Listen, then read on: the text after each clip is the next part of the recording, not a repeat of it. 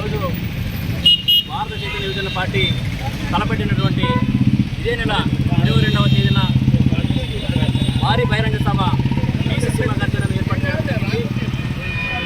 Nagarjuna university ఆపోజిట్గా గుంటూరు మరియు విజయవాడ హైవేలో మధ్యలో ఈ సభ జరుగుతుంది. కాబట్టి ప్రధాన అంశం ఏంటంటే ఇన్ని రోజులు మనకు భారతదేశానికి స్వాతంత్రం వచ్చినప్పటి నుంచి ఇప్పటికి కూడా మన బీసీలను అడగదొక్కే పరిస్థితి ఈరోజు చూస్తున్నాం. కాబట్టి ఈరోజు మన రామచంద్ర యాదవ్ అన్న గారు భారత చైతన్య యువజన పార్టీ పట్టి బీసీ నాయకుల కోసం, బీసీ కుటుంబ సభ్యుల కోసం, బీసీ అన్నదమ్ముల కోసం, బీసీ అక్క చెల్లెమ్మల కోసం అందరూ కూడా బడుగు బలహీన వర్గాల ఆశాజ్యోతి అయినటువంటి మన బీసీ నాయకుడు రామచంద్ర యాదవ్ అన్న గారు చేపట్టిన సింహగర్జన కోసం ఈరోజు కర్నూలు జిల్లా నడిబొడ్డున ఈరోజు బీఎస్సీ కమిటీ, అదేవిధంగా రాష్ట్ర కమిటీ, అదేవిధంగా యూత్ కమిటీ అందరూ కూడా నియోజకవర్గ కమిటీ ఆధ్వర్యంలో ఈరోజు పోస్టర్ ఆవిష్కరణ చేపట్టడం జరిగింది.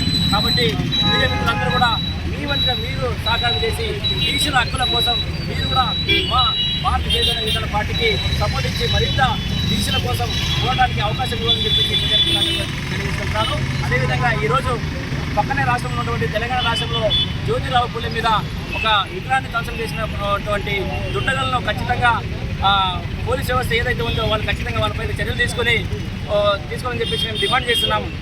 అదేవిధంగా మన రాష్ట్రంలో ఎన్నో దాడులు జరుగుతున్నాయి మన బీసీల పైన.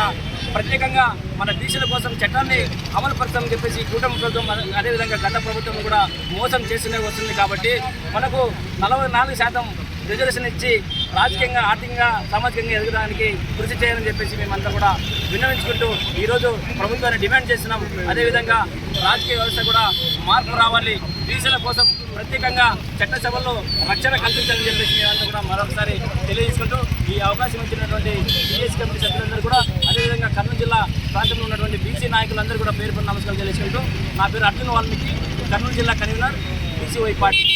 ధన్యవాదాలు.